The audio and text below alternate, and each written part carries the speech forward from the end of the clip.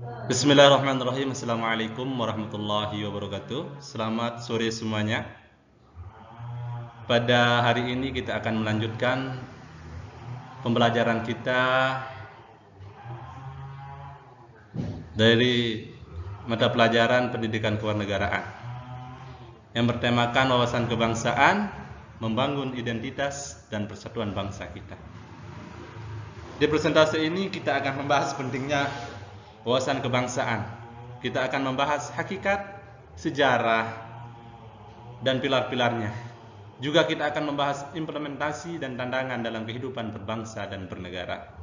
Terakhir, kita di sini akan membahas peran generasi muda dalam membangun identitas dan persatuan bangsa. Selanjutnya, yakni pengertian dan hakikat dari wawasan kebangsaan itu sendiri. Pengertian atau definisi wawasan kebangsaan adalah cara pandang bangsa Indonesia.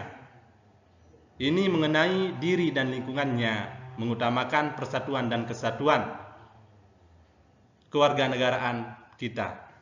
Yang kedua adalah hakikat. Hakikat dari wawasan kebangsaan adalah kesadaran bagi suatu bangsa memiliki cita-cita dan tujuan yang sama, menjaga kedaulatan dan kemerdekaan bangsa Republik Indonesia. Yang selanjutnya adalah sejarah dan perkembangan wawasan kebangsaan di Indonesia. Yang pertama adalah di masa penjajahan. Di masa ini, wawasan kebangsaan, perkembangan wawasan kebangsaan di Indonesia melalui perjuangan kita, perjuangan para pahlawan kita untuk melawan penjajah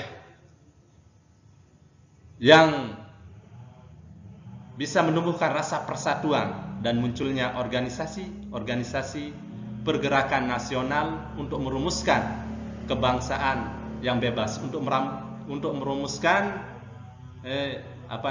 kemerdekaan bangsa Republik Indonesia.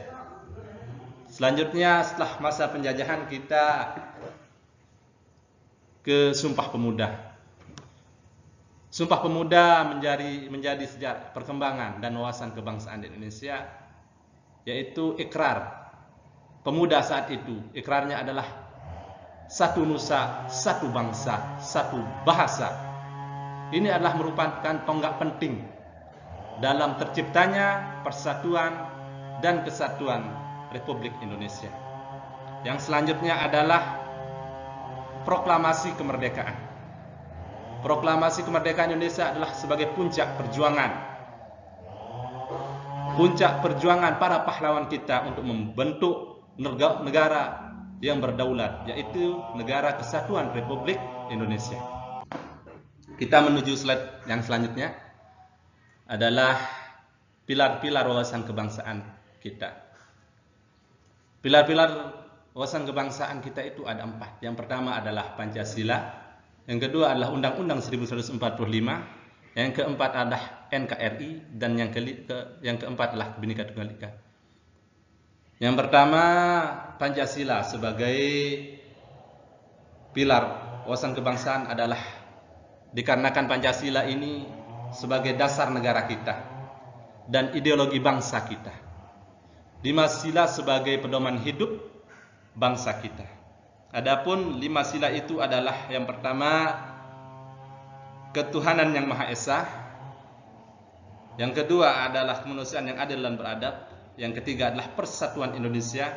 Yang keempat adalah kerakyatan yang dipimpin oleh hikmat, kebijaksanaan dalam permusyawaratan perwakilan. Dan sila yang kelima adalah keadilan sosial bagi seluruh Indonesia. Apabila 5 pilar ini telah terlaksana, niscaya itu akan memperkokoh persatuan dan keutuhan bangsa kita. Yang kedua adalah Undang-Undang 1945. Undang-Undang 1945 ini adalah merupakan konstitusi negara kita, di mana di Undang-Undang 1945 ini mengatur hak dan kewajiban kita sebagai warga negara, yang telah diatur secara jelas di dalam undang-undang kita. Yang selanjutnya adalah NKRI atau Negara Kesatuan Republik Indonesia. Ini menjadi pilar wawasan kebangsaan untuk menjaga keutuhan wilayah kita dari Sabang sampai Merauke. Yang selanjutnya adalah Bhinneka Tunggal Ika. Ini merupakan semboyan dalam Pancasila itu. Berbeda-beda tapi tetap satu. Maksudnya adalah kita itu berasal dari beribu-ribu, bermacam-macam suku, adat dan budaya. Dan Pancasila adalah pemersatu kita. Sebagai semangat untuk mempersatukan keragaman bangsa Indonesia. Kita menuju ke slide selanjutnya, di mana di sini adalah implementasi wawasan kebangsaan. Implementasi wawasan kebangsaan meliputi 4 hal. Yang pertama adalah pendidikan, yang kedua adalah ekonomi, yang ketiga adalah politik, dan yang selanjutnya yang terakhir adalah sosial budaya. Pendidikan adalah yang pertama. Kenapa pendidikan yang pertama? Karena di dalam pendidikan itu kita harus menanamkan nilai-nilai kebangsaan pada anak-anak bangsa sejak dini, agar mereka selalu mengenal apa bangsanya. Yang kedua adalah ekonomi. Kenapa ekonomi? Karena ekonomi adalah untuk membangun ekonomi yang berkeadilan sosial bagi seluruh rakyat Indonesia. Yang ketiga adalah politik, di mana politik ini adalah menjunjung tinggi demokrasi dari musyawarah. Ini sesuai dengan sila yang keempat. Yang keberapa? Yang keempat ya. Sila yang keempat. Yang terakhirnya adalah sosial budaya, melestarikan budaya dan toleransi antar sesama bangsa kita, antar sesama rakyat Indonesia. Itulah implementasi wawasan kebangsaan. Dan yang selanjutnya kita ke tantangan dan hambatan. Adapun tantangan dan hambatan kita dalam mengimplementasikan wawasan kebangsaan ini adalah globalisasi. Yang kedua ada radikalisme. Yang kelima adalah disintegrasi. Yang pertama adalah globalisasi. Kenapa globalisasi? Karena globalisasi ini adalah pengaruh budaya asing yang negatif yang masuk ke negara kita, yang mempengaruhi kaum muda, kaum milenial sebagai penerus bangsa kita. Apabila sebenarnya rusak, gampang sebenarnya negara-negara luar itu merusak negara kita dengan cara dia merusak anak-anak muda. Dia mempengaruhinya dengan budaya-budaya yang negatif sehingga anak-anak muda itu terpengaruh. Yang selanjutnya adalah radikalisme. Radikalisme merupakan tantangan dan hambatan ancaman terhadap persatuan dan kesatuan kita. Janganlah kita radikal, janganlah kita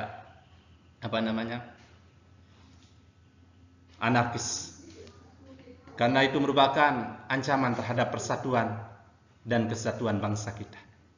Yang ketiga adalah diintegrasi, perpecahan akibat isu sara.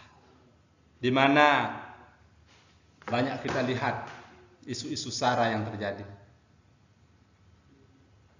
Mengelompokkan antara agama yang satu dan agama yang lain. Itu merupakan suatu hal yang teramat sangat tantangan dan hambatan kita dalam memperkokoh wawasan kebangsaan kita.